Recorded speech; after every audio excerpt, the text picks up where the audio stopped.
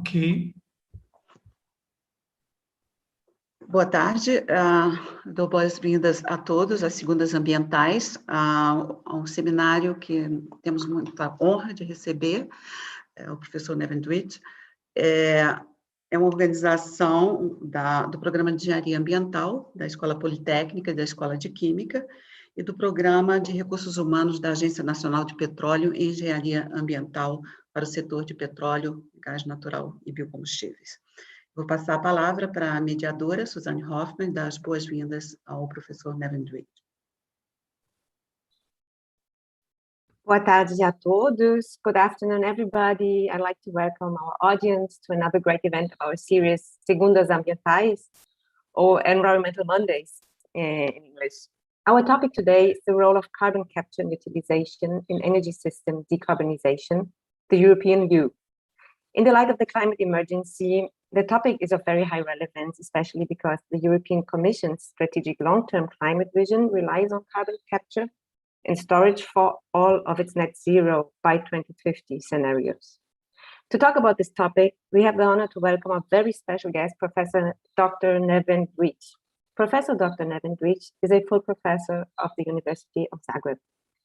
He has published more than 160 papers and journals referenced in the SCI. He is editor of the Journal of Energy Conversion and Management, subject editor of the journal Energy, and editor-in-chief of the Journal of Sustainable Development of Energy, Water, Environmental Systems, GSDEWES. Also, he is organizing the SDEWES conference series. He was coordinator of over 40 international research projects. He has been recognized recently as one of the top 1% cited scientists by a research team at Stanford. He is secretary of the Energy Systems Department of the Croatian Academy of Engineering. Professor Neven will first share a presentation of 50 minutes. Afterwards, we have time for questions and discussion. During the presentation, our audience can place questions using the chat of our YouTube channel.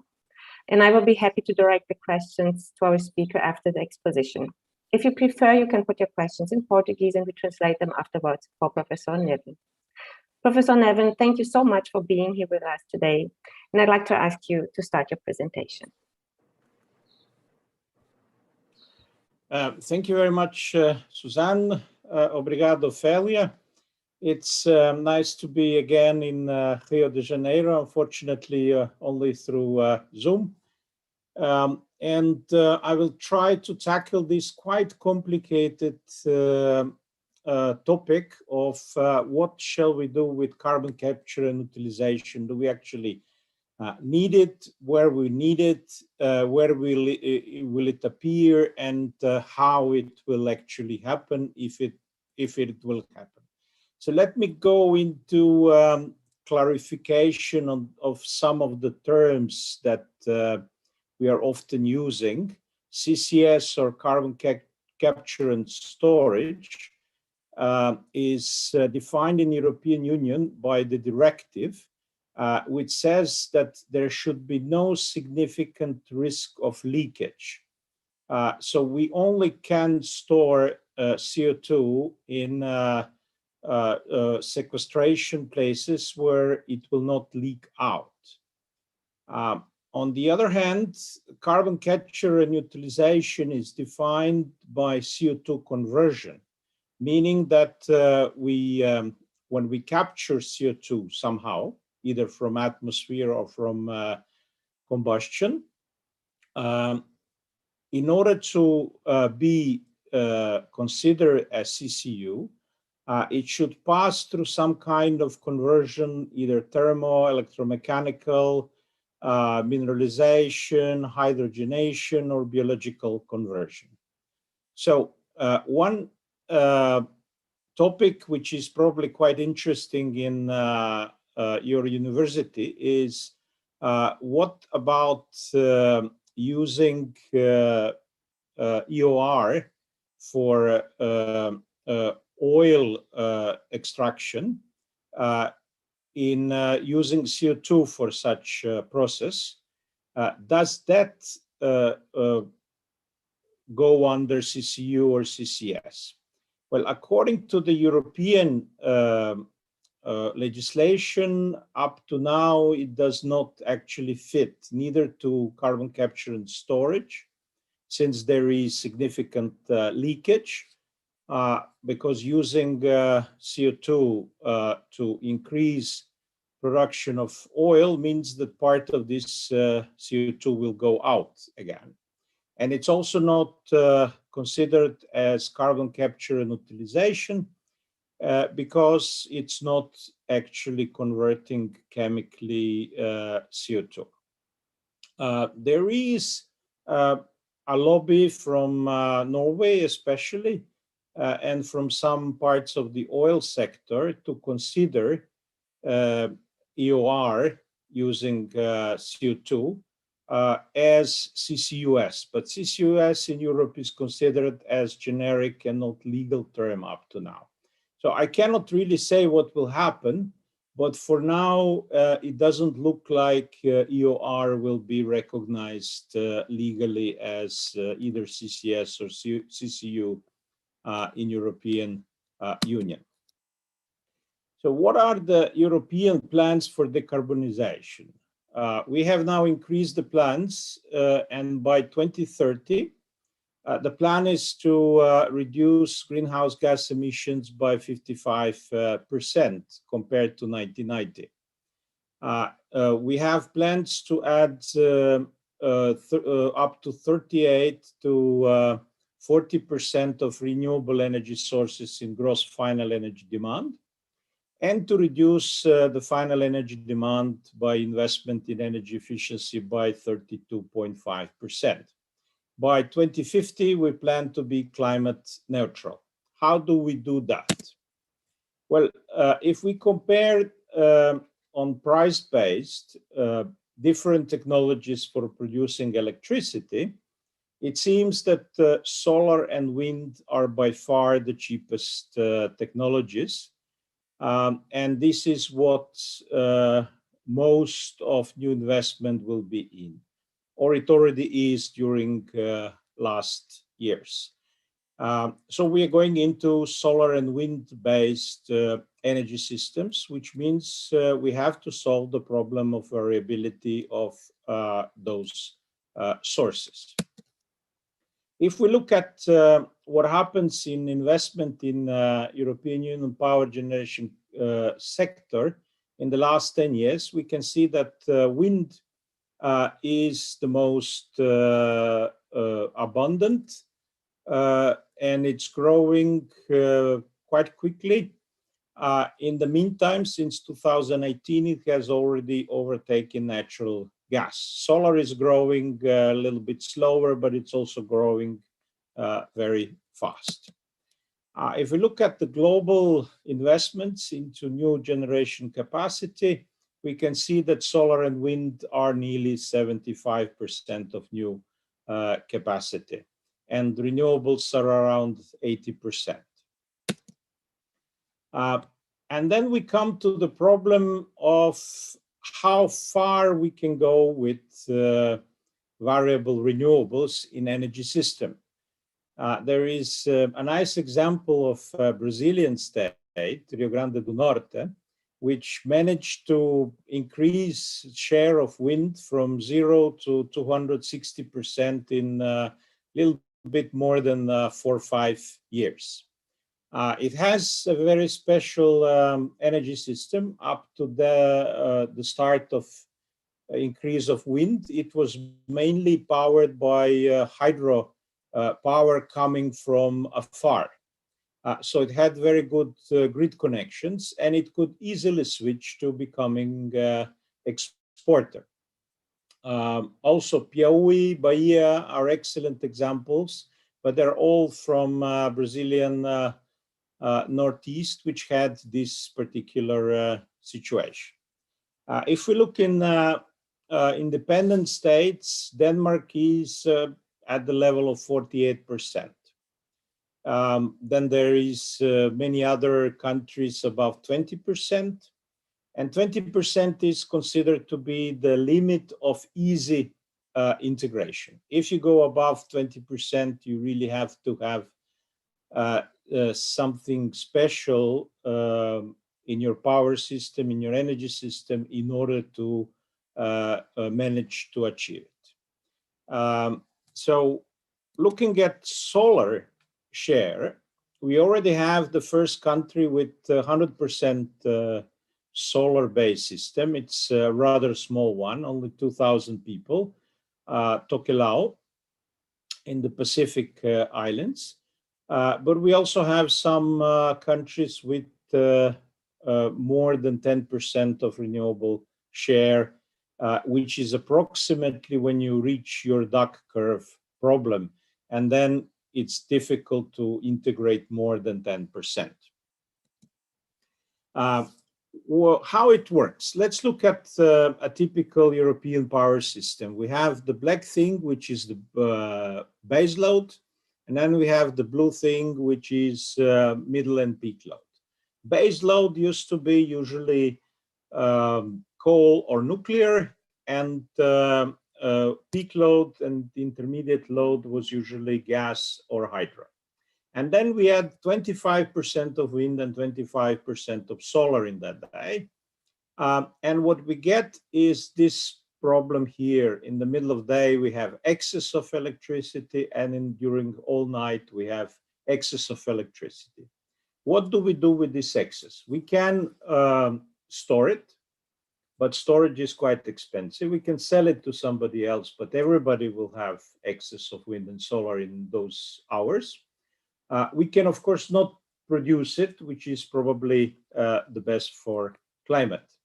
But what if we increase the penetration even further? So we need more grid interconnections.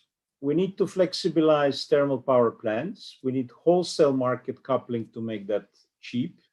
All these three measures are needed for 20% wind and 10% solar. And then in order to go any further, we need to start developing demand response technologies and integration of power, heating, cooling, transport, water systems, including here hydrogen and electric fuels, what is now called Power-to-X. Dedicated electricity storage will be needed, of course, but it will be quite expensive, and we will try to use it as little as possible. If we look at wind variability on a small country or a state, it's quite large. The pale blue line shows Netherlands, which has a very variable wind. So sometimes there is wind, in other hours there is no wind. So this is not very good for the power system, because we want to watch our football game at any time of the day or night when it's when the guys are playing. So the good solution is to look at continental level. And since Europe is getting united, for us seems to be the right choice. The black line shows the variability of wind on the continental level. So on the continental level, wind is much less intermittent, much less variable. And if we shut down everything else, we can watch our favorite football game even in the times of very low wind. If we look into last 3 years, we always had wind at every single hour. It was variable, yes, but there was never a period when we didn't have wind at all. So if we build much more wind than we actually need for covering our electricity needs, that means that we could actually power our system completely on wind. The red line shows the load curve, power system load curve, but the wind here is exaggerated for 10 times. Or you could say that the load curve was decreased for 10 times to show how we could theoretically cover everything by wind. Of course, sometimes it really happens that there is no wind in winter, and then there is no solar energy. So there might be a possibility to need backup, but it didn't happen in the last 3 years. Let's add solar. We have very good solar solar energy source in summertime now, but quite bad in the winter time. And again, we exaggerate very much wind and solar production. This is the actual wind and solar production on the hourly basis, but it's increased for maybe 5 to 10 times compared to the load, which is the red line, which we call here legacy electricity demand. So that's what we spend on electricity today. If we add electrified transport, and Europe has decided to go that way, we need a little bit more of electricity, and we can charge our cars in the times of when we have excess wind and solar. And we also need to heat our homes in winter time and heat hot water in summertime. And we can do that also using electricity. We see here that there is not enough energy in those in some hours, but since heating can be stored in hot water and transport can be stored in car batteries, we can probably survive this period. If we cannot, we will for sure need some kind of fuel to cover storage in those hours. And we also have huge excess of wind and solar still remaining in our system, fully covered by wind and solar. But because they are so variable, we have to produce more than we need. And we can use this excess here for producing of hydrogen. On the thermal power plant cycling, this is already a fact in Europe. This is German hard coal power plants, which are turning off and on every day. This is also true now for lignite power plants. Even nuclear power plants are cycling. So they are providing balancing. Of course, you will not build a new one ever, because you don't build base load in order to cycle. For that particular purpose, then you will build probably hydrogen power plant or currently natural gas, but in future hydrogen power plant in order to balance wind and solar. In the times when there is a lot of solar energy and a lot of wind energy, it's the yellow and green areas, electricity price, which is the red line, is quite low. And often this electricity price is very, very low, can be under 20 euros per megawatt hour. And 20 euros per megawatt hour is the cost of biomass on heating value.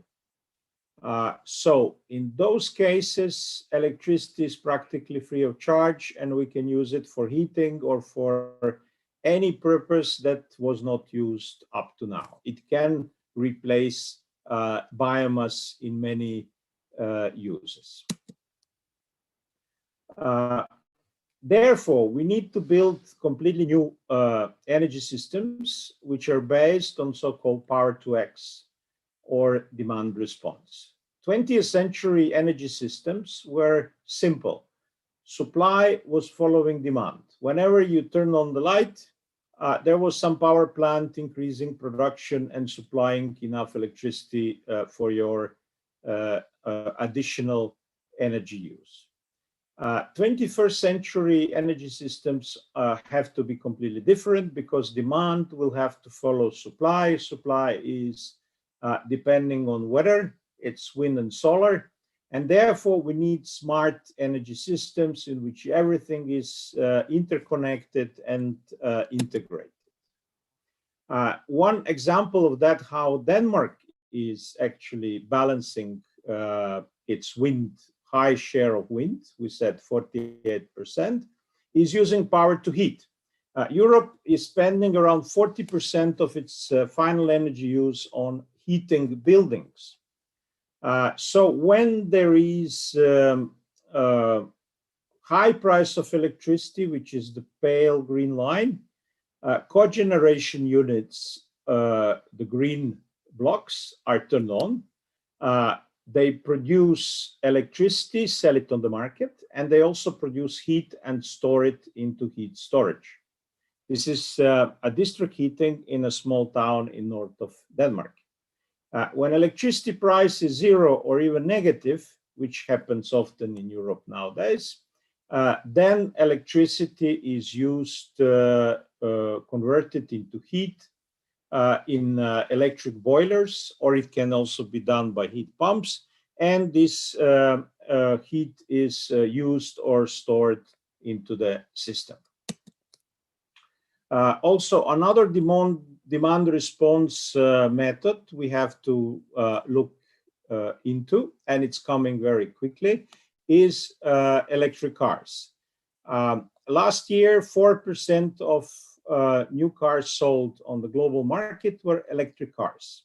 In Europe, it was 10% of cars sold were electric cars. So this is a huge amount of batteries that we have to do something about. Let's look at the following situation. Everybody wants to have a fast charger at home, 70 kilowatt. And then everybody comes back home at 5 p.m. and plugs into fast charger. Let's say that on the example of Austria, there are 4 million cars. Everybody arrives home, plugs in, and they suck in 280 gigawatt of electricity, which is 20 times more than installed power. Of course, this is exaggeration. This will never happen. But anyway, we will need smart charging, and it will have to be market-based, and it will have to help smooth the demand and not destroy our power system. So we did simulation for a region, and the green areas are additional electricity demand to cover all of the light transport. We have charged it only when there was excess wind energy in the region. It is between 5 and 20% of additional electricity demand, so it's not too much. But it can be huge loads. And if you use them cleverly, they can help in balancing power system based on renewables instead of destroying it. So if we look at those two main demand response technologies that we are working on in Europe, power to heat and e-demand, we can see the following influence on the system. The black line shows how much of wind we cannot integrate. This is critical excess of electricity production, and it's a total amount of electricity that has to be curtailed. So at 20% of wind penetration, we have to curtail around 5% of total electricity, which is approximately the limit of economics of curtailment. If we add power to heat, we reach up 40% of wind penetration where currently Danish are. If we add power to e-transport, we reach 75–80%. The rest is difficult because we cannot do it with these technologies. We need something different. So what are the issues we still didn't solve? Road freight. We might electrify roads. Batteries are not really very good solutions for long distance trucks because they would mean too much of the weight would be batteries themselves. But if we charge them on the roads, this could actually work. Or it might be hydrogen, or it might be some kind of electric fuel. like, for example, EDME, dimethyl ether, or eLNG. These are options that are currently looked into. Shipping and aviation, at least the long distance ones, cannot be electrified. So here we are looking mainly into fuels, either hydrogen, ammonia, or carbon electric fuels. High temperature processes often cannot be electrified. And here we are looking mostly into hydrogen as a fuel that could do that. And then we have the backup problem. There might be winter windless weeks once in a while, and we have to have a backup. And then hydrogen will mostly take that part. All of this is more than 20% of final energy demand. So we could, of course, use biomass, some countries more, some countries less. And on European level, biomass sustainably can cover at most half of that need. And biomass is not always that sustainable, so we are now a little bit pushing to stop increasing the use of biomass. So the rest will have to be covered with some kind of synthetic or electric fuels. Hydrogen in industry and for backup, and synthetic fuels, carbon synthetic fuels in transport, or ammonia. We have worked on a report by SAPEA, which was then also accepted as policy document by European Union. And you can see it on these links. And I will now go through this, through the results of this report to see what are the carbon capture and utilization systems and how we can use it and when we can use it and what makes sense and what doesn't make sense. So first of all, we need to have CO2 capture. We need to have CO2 conversion. Then we get carbon-rich product. We are utilizing it, and then we have to dispose of carbon dioxide somehow. And the conversion part includes three important steps. We need to harvest renewables in order to produce green hydrogen. And then we have to use this green hydrogen and combine it with carbon dioxide in order to produce electric fuel. Why we are looking into it? Because of climate change objectives. We want to make climate neutral energy system, and we can't do it with renewable electricity only. Also, we are looking into circular economy. O means circular, L means linear economy. Also, we want to improve energy security. Currently, Europe is importing 50% of its energy, and we don't have any fossil fuels left. So we need to be based on renewables mostly. Also, we have to look into the evolution of carbon dioxide capture system. From the point of view of societal services that would be supplied by possible carbon capture and utilization systems, it's power generation and distribution, it's fuels and power for transport, long-term, long-range storage of electricity, industrial products and materials. These are all important sectors. So we have to look into energy cycle, carbon cycle, and material cycle. So let's look at service delivered. We have a system which is based on wind and solar. We have power system and we have transport system.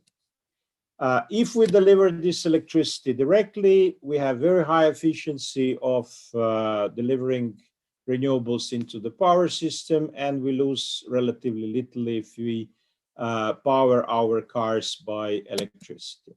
If we produce hydrogen and use this hydrogen for transport or for power system, then we lose more than half of primary energy. If we use hydrogen to hydrogenize CO2, produce methane, then we lose even more. We lose 2/3 if we want to return this energy to power system, or we lose 85% if we want to return it to transport system, because internal combustion engine is terribly inefficient. And then you can also add other fuels like DME, where we need Fischer-Tropsch or some other additional loss of energy. So basically, if you look from this point, it's obvious that whatever we can electrify would make sense. We should. The rest we should either cover by hydrogen if it's feasible, or with carbon e-fuels. And of course, we have the CO2 issue. CO2 will go out. So if we're using renewable CO2, then it's okay. If it's not renewable CO2, then we are not decarbonizing. So we have to satisfy around 3.5 petawatt hours of energy for the road, which currently we are producing 2.5 petawatt hours of renewables. And we need double that for electrifying transport, and we need 4 times that for hydrogen, and we need 10 times of that for electric fuels. And renewables, wind and solar, they use a lot of space. Europe is quite densely populated, so this is something what we want to economize. Let's look at 2 different types of systems. One type of system is centralized. We call it here functional unit 1. The whole conversion is done on one place, and we can easily capture CO2 emissions. And then we have functional unit 2, where carbon use and CO2 emissions are distributed, so we cannot capture it. We have to look at this in a different way. So what is the functional unit 1? It's a fossil fuel fired power plant. It's a large-scale industrial boiler for heat generation. It's a chemical plant of all kinds. What is the functional unit 2? It's urea production and use. It's fuels synthesis and use. It's chemical plant, which is not coupled to incinerator or to incinerator without CO2 capture. Okay, let's look at different systems. This is what we have now, linear economy, and we get fossil fuels, we burn them, and we emit them either centrally or in distributed ways. So what can we do? We can have carbon capture and storage, but only in centralized units. We capture CO2 after burning, and we store it underground. This should be net zero from the emission point. We know it's not exactly, but it's relatively close. It's around 90%. So then we have linear economy with carbon capture and utilization. We burn fossil fuel in centralized unit. We capture it. We produce some new product, fuel, and then we burn it in distributed unit, and we emit CO2. So this is what the fossil fuel industry would really love, but it's actually only reducing CO2 emissions slightly, because we are recycling fossil CO2, and in ideal situation it will halve CO2 emissions, but actually it will be significantly less than that because of efficiencies. since the cost of such technologies is cost of abatement is above 200 euros per ton of CO2, this is not the cheapest abatement way, and it's positive CO2 technology. Then we go to different possibilities with of circular economy, where we capture CO2 from a combustion unit, we recycle it into fuel, and then we return it to a combustion unit, and in this way we have net zero emission. Or we can do it through atmosphere. Our recycled fuel is combusted, and then it's captured from the atmosphere, and then it's used to produce fuel again. So these are the possibilities for CCU. And then we have a linear economy option, where we use fossil fuel, then combust it in a small unit, and then we capture CO2 from air using DUC, or direct atmospheric capture, and then we store it. So we have DUC system, direct atmospheric carbon capture and storage. And then we can have a similar thing with biomass. Biomass is in a way a natural way of doing DUC, direct atmospheric capture. It captures CO2, and then we can recycle it and use it as a fuel. And this is net zero. This is something which is very much used around the world, and it's called bioenergy. And then we will need also negative CO2 emissions technologies, in which we capture CO2 either through biomass or from the atmosphere, and then we have bioenergy, carbon capture and storage, or BECCS, or DUCs, which just captures CO2 from atmosphere and stores it underground. So these are the possible options of CCS and CCU. Let's look how do we analyze that. We should analyze the whole technology chain of the new technology solution. And carbon and energy balances around the system boundaries must be calculated. Because if we do it only on one part of the project of technology, then we are not really reducing CO2. We also have to take into account infrastructure needed, and land use have to be estimated. Also, we have to carefully evaluate LCA of renewables. We have to see what is the role of CO2 capture in circular economy, what is the CO2 storage role in net negative emission systems. So there are quite a lot of complicated questions. So what are the current issues? CO2 capture is quite well developed, but of course we need to develop better direct atmospheric capture. That one is being developed now. There is a lot of noise about that. I think Elon Musk has put some money into it, because we will need to capture CO2 from atmosphere and from biomass, but biomass is easy, but biomass will not be enough because we will need lots of energy.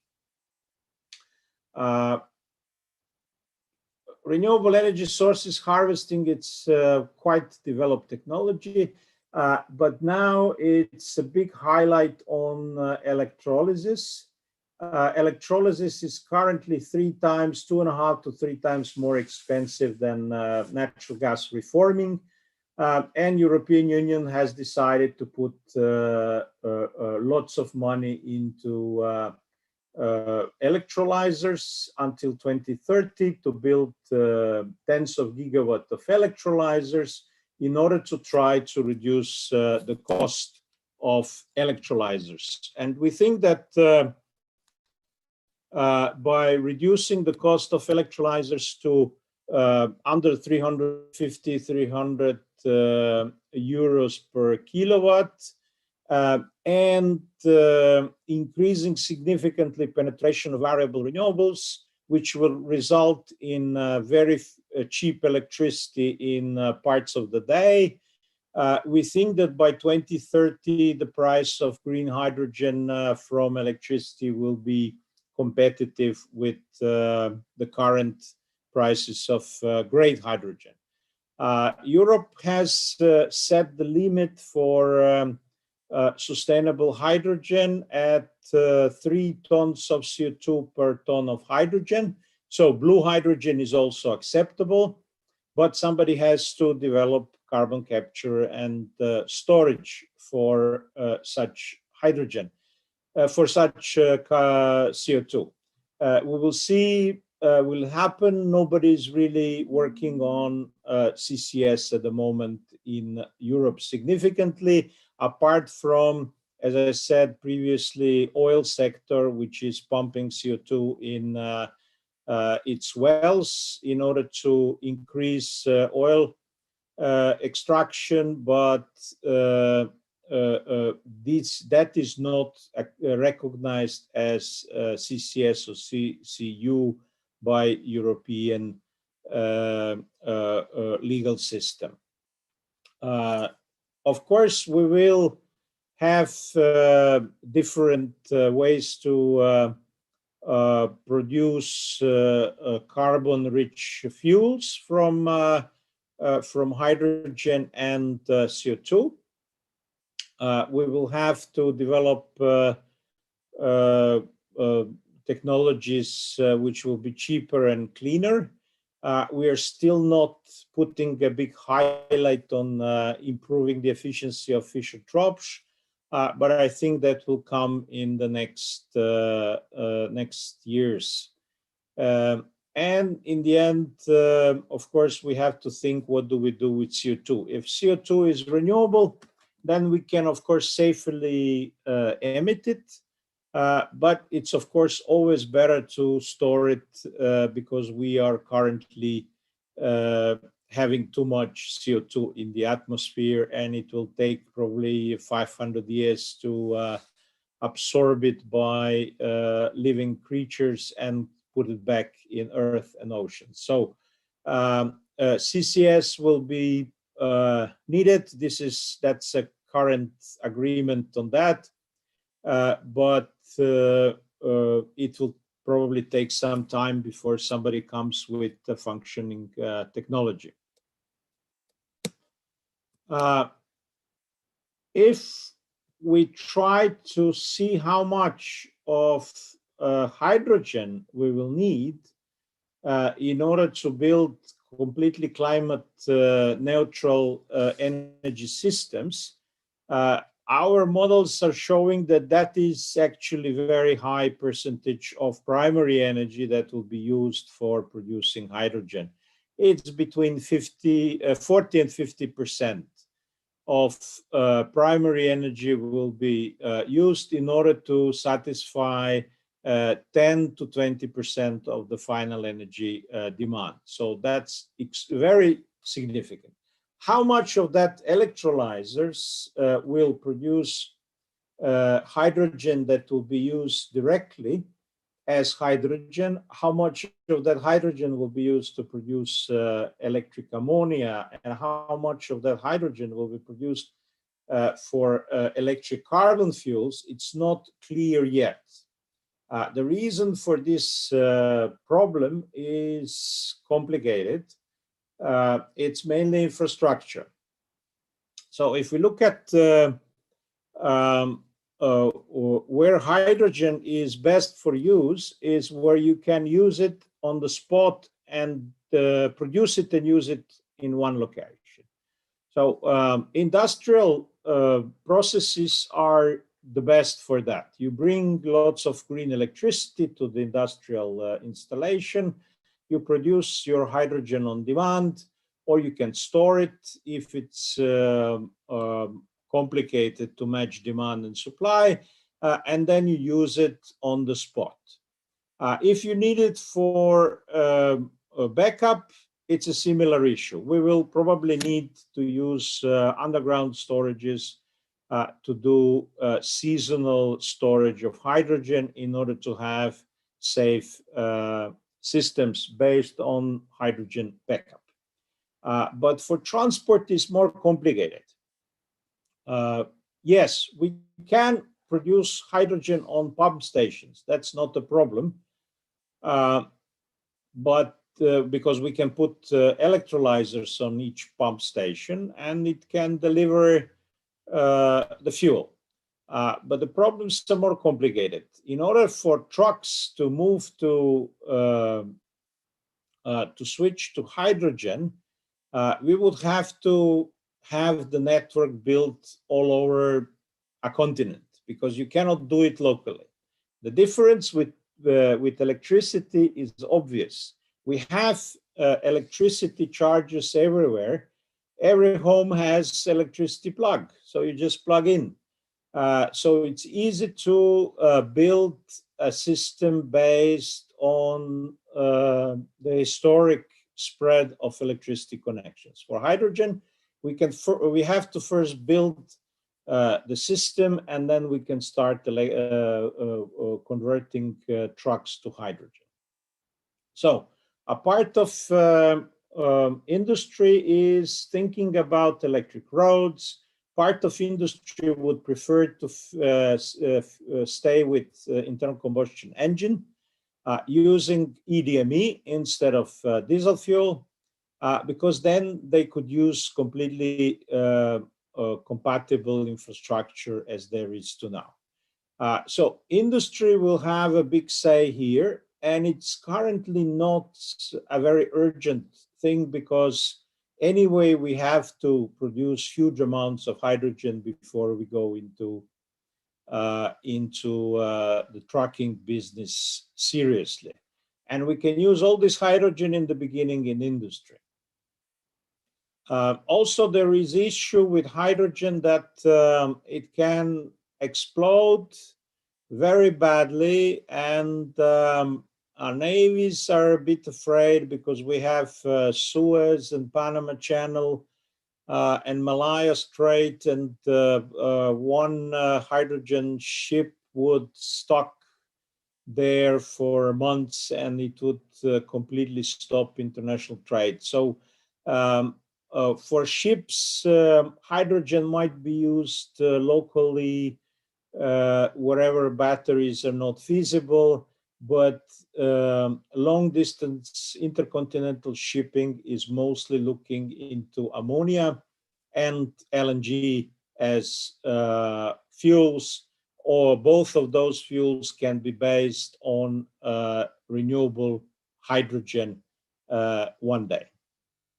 The planes are moving currently towards sustainable aviation fuel, which is based on waste oils, which may be hydrogenized in order to improve their quality, in order to reach the kerosene level quality of fuels.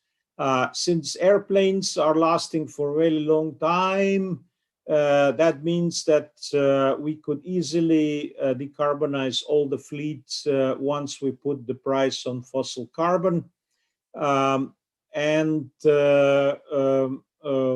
then slowly move to the new fuel for airplanes, which we do not know which one will be.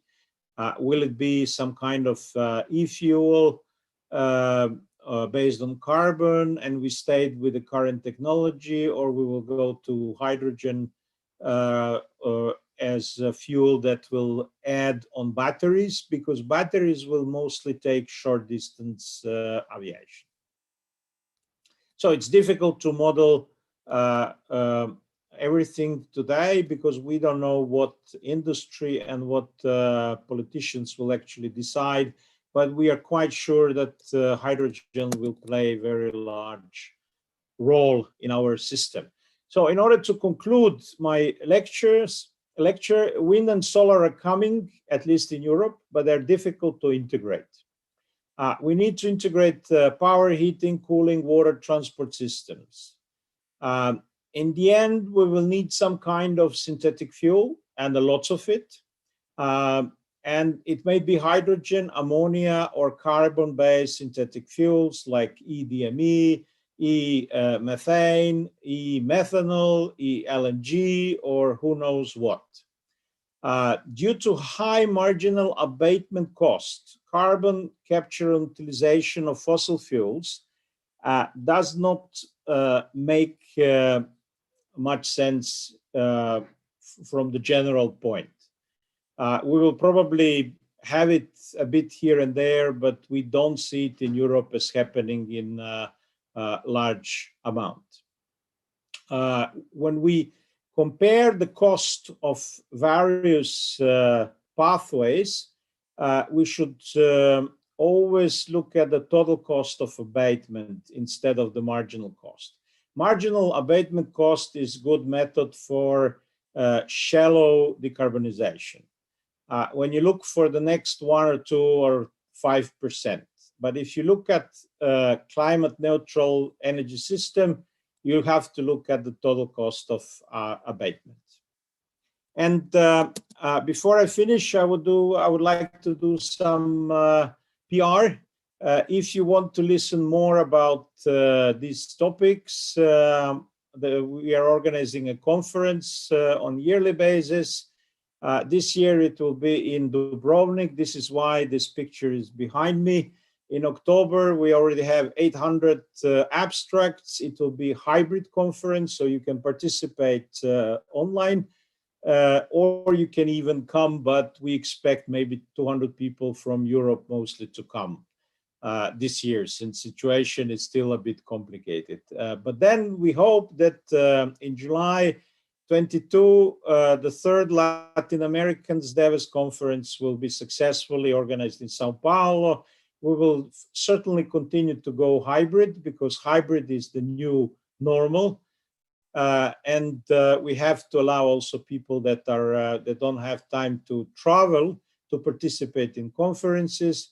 But we really like to meet people, and that's why we think that as soon as Corona is finished, we should go back to meeting ourselves in live, because that's a completely different way of passing the knowledge from one person to another person. I would like to thank you for your attention.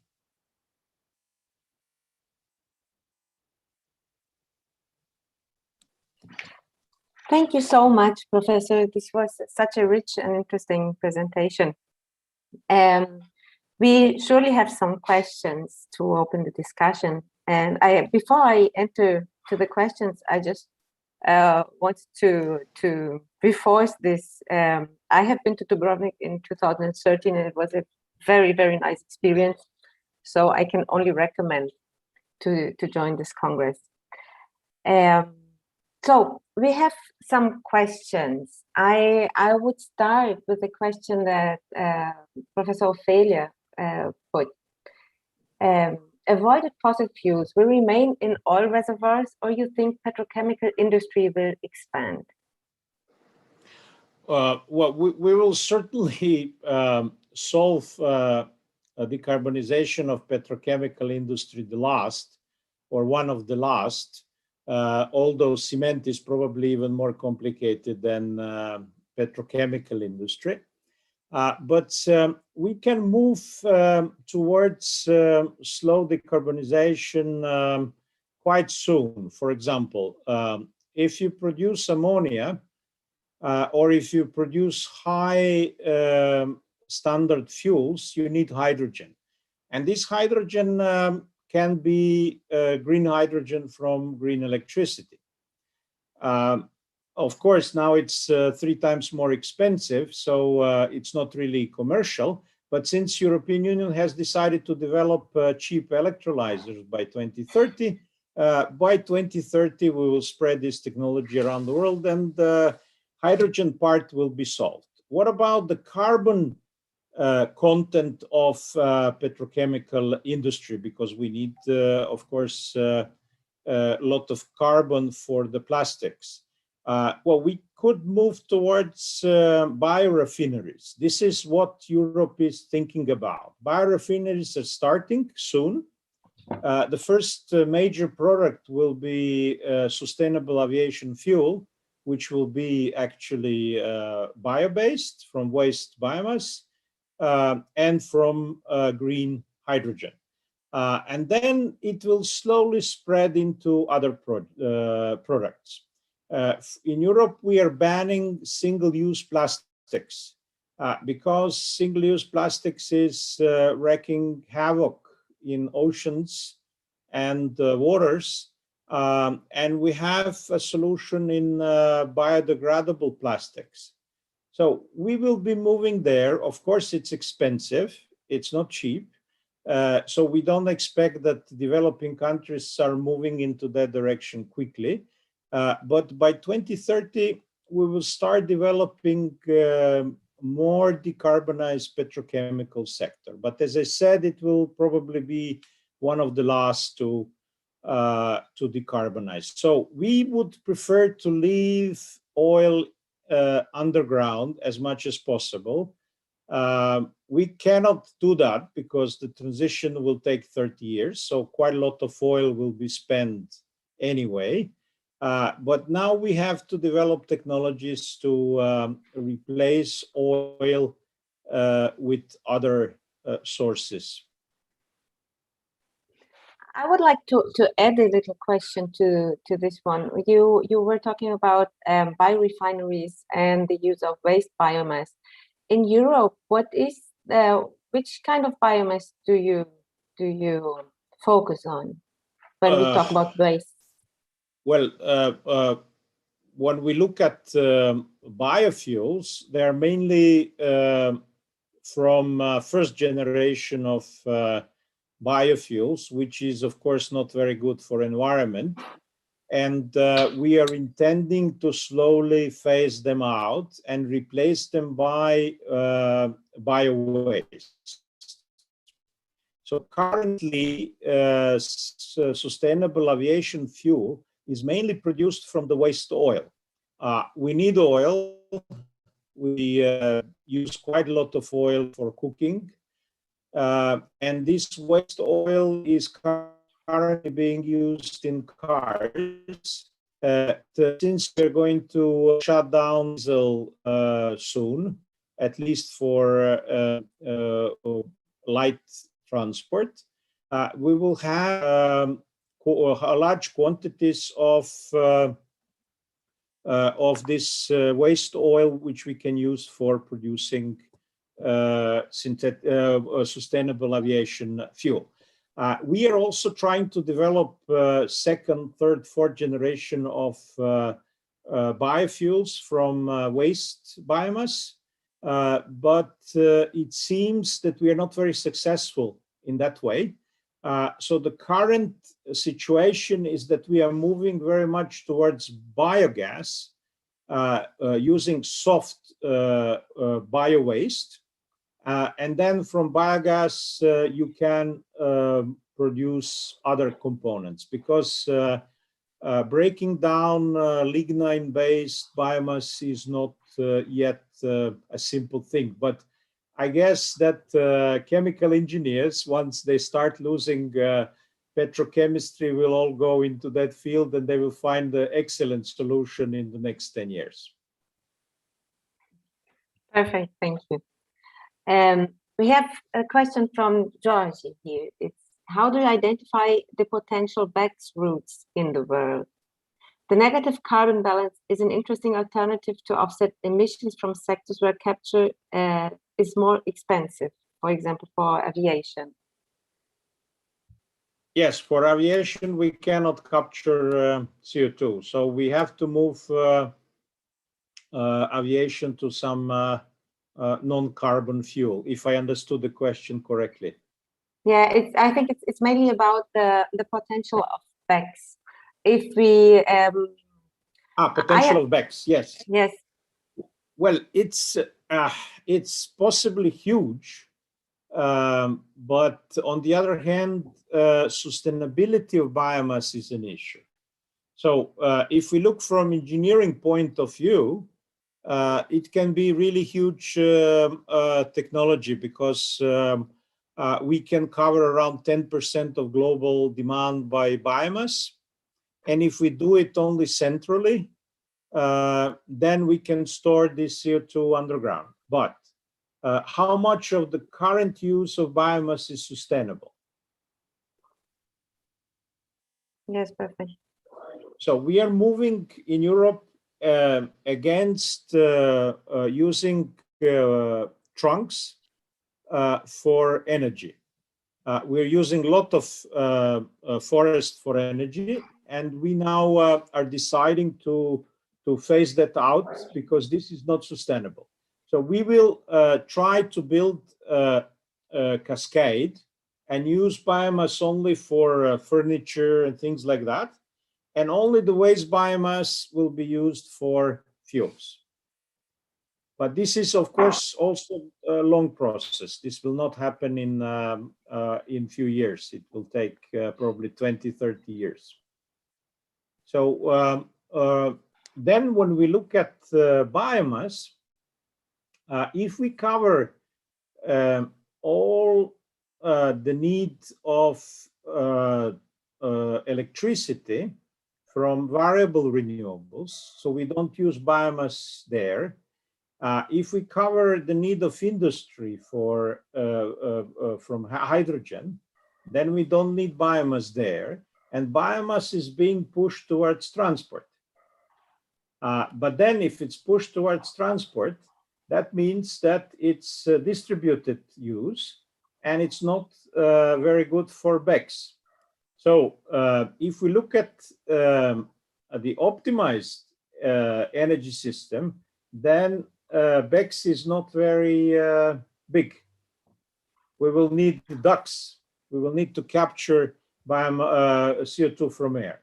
But there is also another possibility, which I really doubt that it will be considered sustainable, is to grow forests and then convert this CO2 directly to as biochar, convert it into stored CO2. I'm not sure. So you have to look at these three things: energy system, sustainable amount of biomass, and of course, CCS potential. We don't have really too many carbon capture and storage projects.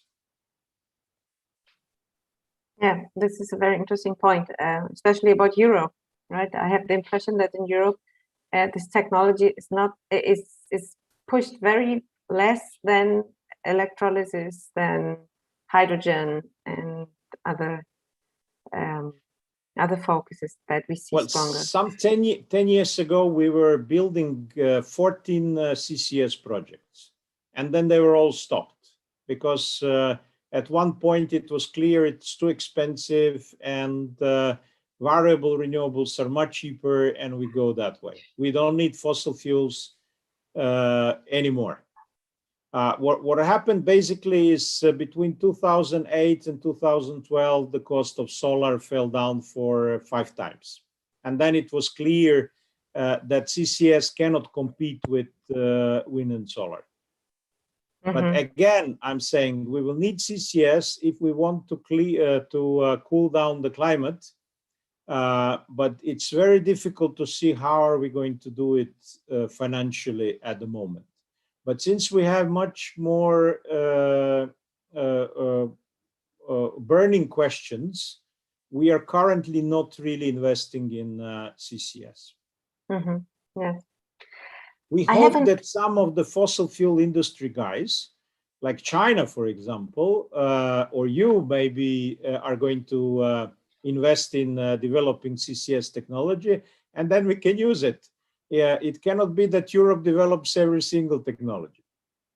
The important reason why is that so is that we do not have fossil fuels left.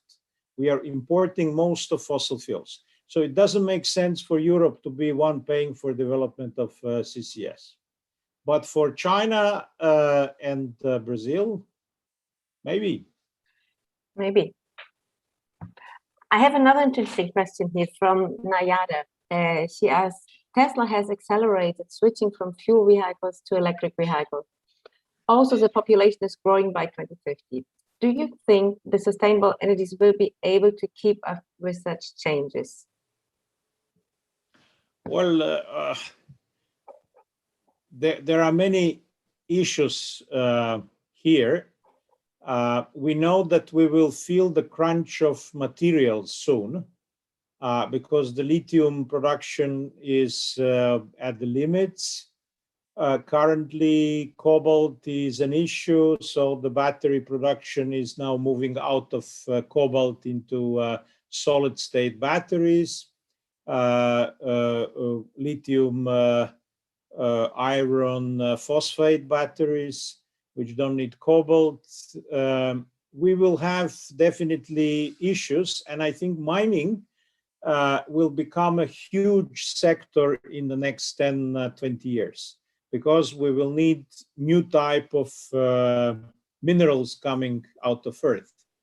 But on the other hand, there is lithium everywhere in big amounts. We are now finding out new potential mines. The problem is only that you need around 5 to 10 years to develop a new mine.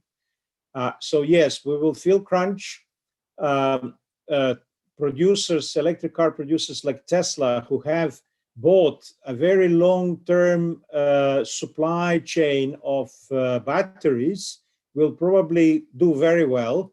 But car producers which didn't do that will probably bankrupt in the next 5 years. We see them, all car producers now in Europe are fastly moving towards electric cars, but they don't understand electric cars. They don't have technology, they don't have lithium, they don't have batteries. So I think that the future of car production will be Tesla, BYD, and such new names, and many of the old names will just disappear. Maybe I'm wrong, of course. Maybe they manage. I would like to add a point to this question. It's about public transport. Do you think Europe invests enough on switching from private transport to public transport, also for the decarbonization issues? Well, this is hugely cultural, political lobby question. It's not simple. I read once how public transport was destroyed in United States in 1950s by a joint action of car oil industry. They were buying public transport companies and closing them down. And they were creating American dream, where everybody had to live very far away, have their own car, and drive as much as possible on good roads. So in Europe, we are slowly moving away from American dream society. We are coming back to city centers. We are creating walking areas, and Europe is very safe, so you can generally walk around city center. More and more cities are biking a lot. So this is the way we want to go. Public transport, it works in some places, it doesn't work in other places. It's difficult because people like point-to-point transport. They like to get out of the house and go to one place. So we kind of think that might be preferable to do it by using bike or walking in smaller places than public transport. Of course, good public transport is excellent for reducing car transport. If you look at very high density places like Amsterdam, etc., they have excellent public transport. But if you look at smaller density cities, they don't. They use car. So we have to electrify cars in the same time as we try to move to more walking, biking, and better trains, etc. Yeah, perfect. That means that Europe has quite exploited its potential of public transport, right? And this is perhaps a very different situation from Latin America and yes, North America. It is.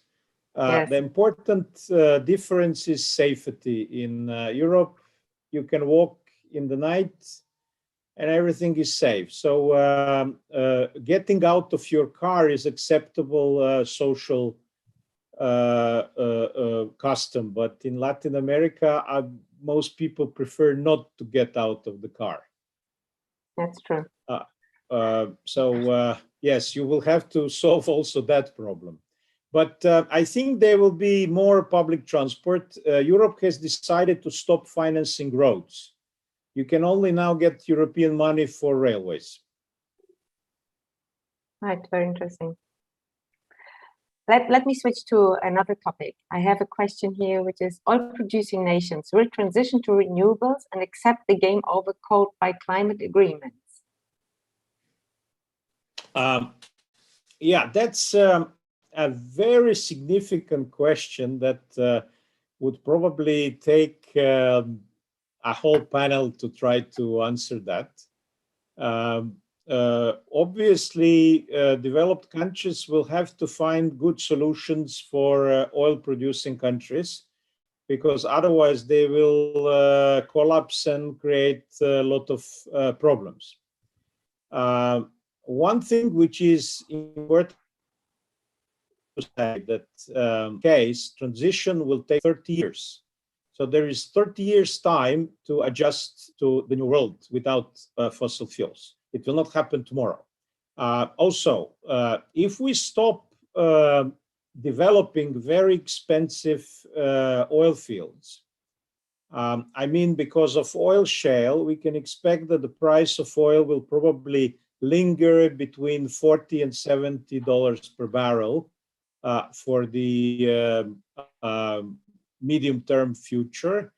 Then we will not have a huge excess of oil. At some point, we will actually have lack of oil. So what oil-producing countries should do, they should start moving to renewables, like, for example, Emirates are doing, Saudi Arabia are doing, because they should try to sell their oil for the best price in the next 30 years. There is a lot of time to do it. If you do it cleverly, you can optimize your income, but don't spend oil inside the country for low added value uses, like producing electricity or burning it for heat or in cars. It should be sold, it should be used in petrochemical industry for higher added value products. But then the next step, what will come after oil, each country will have to find its new product that will be selling to on the global market. I suppose Brazil is so rich country that it will not have a problem to find replacement. You have so much space. Most of its agriculture is very healthy because it's without chemicals. So this is one thing, but also you have 200 million people. And if you put them all into artificial intelligence, you can become a giant of IT industry. Think about options. You have 30 years, but 30 years pass very quickly if you don't do anything. Yeah, thank you. Saudi Arabia, which has probably the best solar potential in the world, they will probably move into e-plastics. They will produce lots of electricity, and then they will build new petrochemical plants using this electricity when the time comes. Right. Let me put one more question here. What kind of environmental policy do you believe has been most effective in Europe for mitigating the emissions of greenhouse gases? Well, definitely feed-in tariff for renewables, because feed-in tariff for renewables, which is expensive policy, to be honest, paid for development of wind and solar. We spent lots of money on developing these two technologies, but we did it. So that was hugely successful. Another policy which is very successful is emission trading system. Currently, the price of CO2 is 50 euros per ton, and it's basically killing coal sector. We will probably close most of coal power plants by 25. Significantly reducing CO2 emissions. So put the price on carbon, and that's an easy and liberal way how to reduce CO2 emissions. Because industry then will invest into most promising technologies. If we had a high price of carbon 20 years ago, I'm quite sure that carbon capture and sequestration would be developed. But when renewables happened, it was too late for CCS. So it was a bad game of fossil fuel industry because they didn't really like the CO2 cost. So the CO2 price was going very slowly up because of their lobbying, and the cost now is obvious. So Europe chose several different methods, and some of them created really good, these two created huge impact.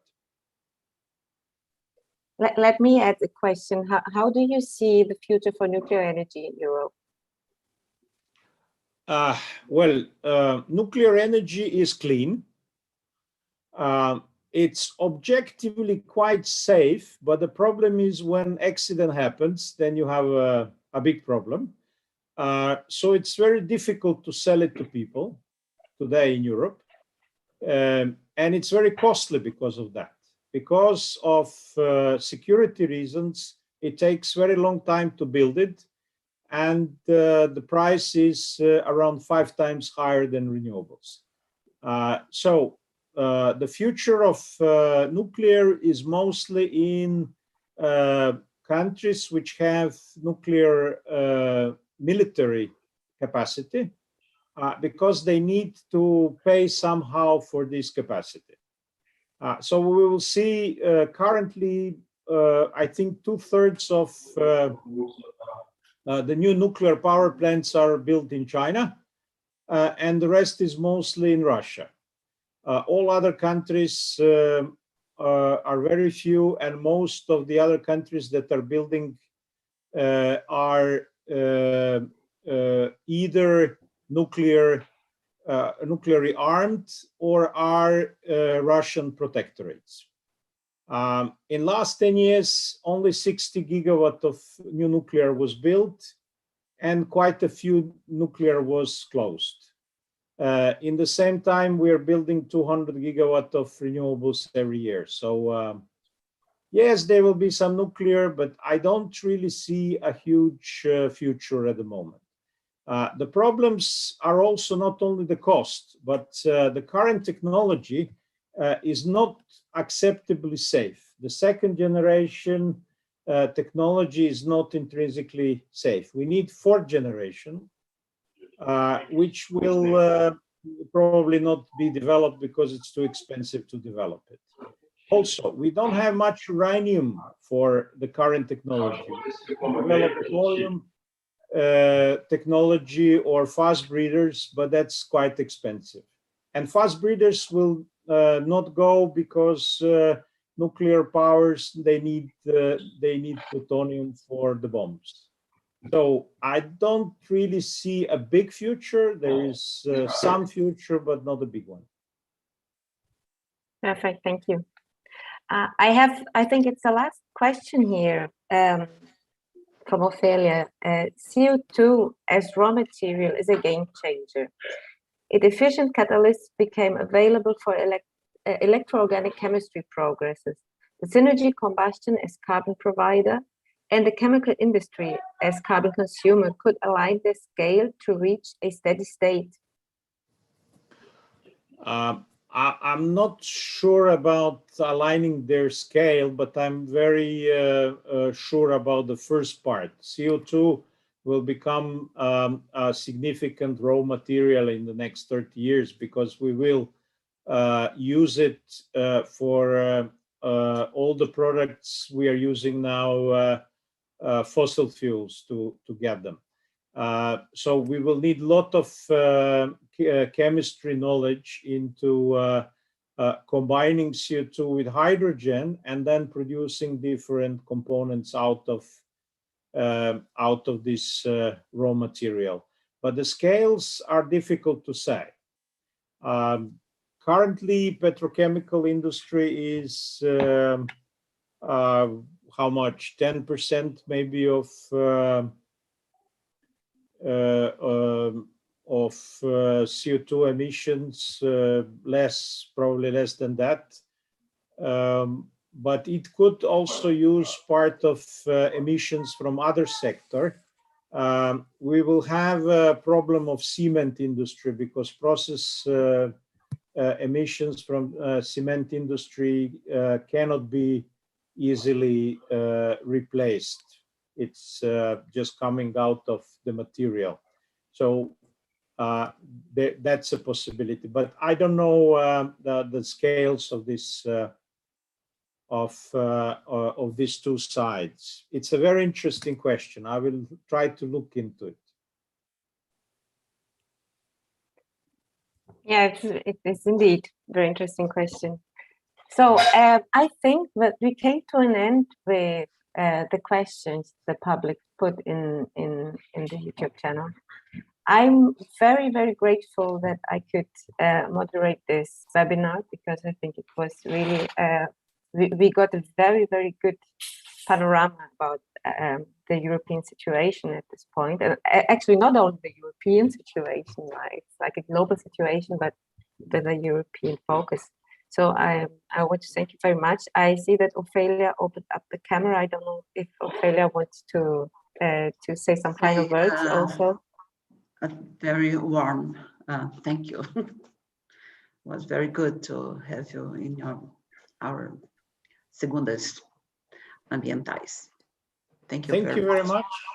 And I hope soon intercontinental travel will be possible, and you will be able to come to back to Dubrovnik and me to Rio de Janeiro.